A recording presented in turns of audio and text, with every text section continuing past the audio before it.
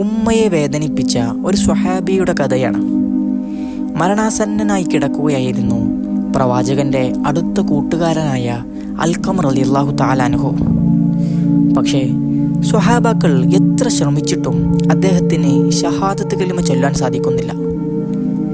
പ്രവാചകരോട് വന്ന് സ്വഹാബാക്കൾ പരാതി പറയുന്നുണ്ട്, നബിയെ, അൽഖമ റളിയല്ലാഹു തആല അൻഹു മരണാസന്നനായി കിടക്കുകയാണ്.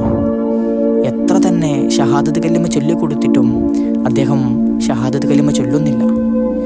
അന്നേരം നബി സല്ലല്ലാഹു അലൈഹി വസല്ലമ തങ്ങൾ അവിടുന്ന് ചോദിക്കുന്നുണ്ട്, അൽഖമക്ക് വൃദ്ധരായ ആരെങ്കിലുമുണ്ടോ? അതേ നബിയെ, അൽഖമക്ക് വൃദ്ധയായ ഒരു മാതാവുണ്ട്. ഉടനെ നബി സല്ലല്ലാഹു അലൈഹി വസല്ലമ തങ്ങൾ ആ മാതാവിനെ വിളിപ്പിച്ച് തൻ്റെ മകനെക്കുറിച്ച് അന്വേഷിക്കുന്നുണ്ട്. അന്നേരം ആ വൃദ്ധയായ മാതാവ് വളരെ സങ്കടത്തോടെ പ്രവാചകരോട് പരാതി പറയുന്നുണ്ട്, നബിയെ, ഞാൻ എൻ്റെ മകനെ വളരെ സ്നേഹത്തോടെയും വാത്സല്യത്തോടെയുമാണ് പോറ്റി വളർത്തിയത്.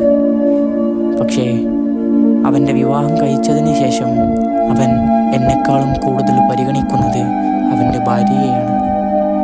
ഇത് കേട്ട പ്രവാചകർ സല്ലല്ലാഹു അലൈഹി വസല്ലമ തങ്ങൾ അവിടെയുണ്ടായിരുന്ന സ്വഹാബാക്കളോട് പറയുന്നുണ്ട്, നിങ്ങൾ അല്പം വിറക് കൊണ്ടുവരൂ, നമുക്ക് അൽഖമയെ ചുട്ടുകരിക്കാം. ഇത് കേട്ട ആ വൃദ്ധ മാതാവിൻ്റെ മനസ്സലിയുകയും തൻ്റെ മകനെ ഉടനടി പുറത്തു കൊടുക്കുകയും ചെയ്യുന്നുണ്ട്. അങ്ങനെ മഹാനായ അൽഖമ റളിയല്ലാഹു തആല അൻഹു ഷഹാദത്ത് കലിമ ചൊല്ലി വഫാത്താകുകയാണ് ചെയ്തത്.